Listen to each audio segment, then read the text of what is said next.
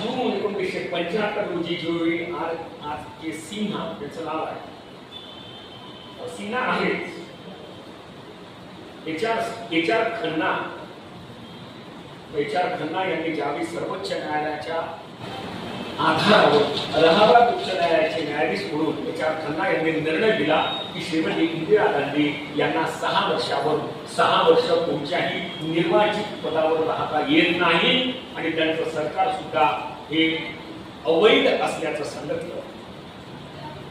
आणि मग त्यावेळी अरुण नेहरू असायचे, ते गांधी असतील, आर.के. खमन हे त्यांचे फार विश्वासू महानलाभ होतेदार, विद्याचरण शुक्ला, श्यामाचरण शुक्ला, सगळे लोक बसून मंत्रिमंडळाची बैठक न घेता नियम असा होता आणीबाणीसाठी पहिली मंत्रिमंडळाची बैठक आणि नंतर तो प्रस्ताव राष्ट्रपतींकडे पाठवावा.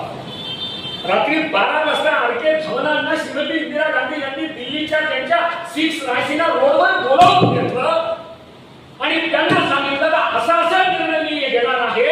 आणि त्यावेळी वरिष्ठ पत्रकार खुशवंत सिंग हे नाव आपल्याला आठवत असेल, या संपूर्ण देशभरामध्ये वृत्तपत्रांची गळचेपी होत असताना आणीबाणीचं समर्थन करणारा हा पत्रकार हा सुद्धा त्यावेळी दिल्लीच्या श्रीमती इंदिरा गांधींच्या प्रधानमंत्री एक सफदरजंग रोड असेल तिथं उपस्थित होता. आणि त्यावेळी त्यांनी रात्रीतून आणीबाणी जाहीर केली. मंत्रिमंडळाचा निर्णय व्हायच्या अगोदर राष्ट्रपतींनी स्वाक्षरी केली आणि सकाळी 6च्या बातम्यामध्ये त्यांनी घोषित केलं का आंतरिक सुरक्षा आणि देशामध्ये निर्माण झालेली उद्भवलेली परिस्थिती या आधारावर 352 कलमाचा आधार घेऊन देशामध्ये आणीबाणी लावली.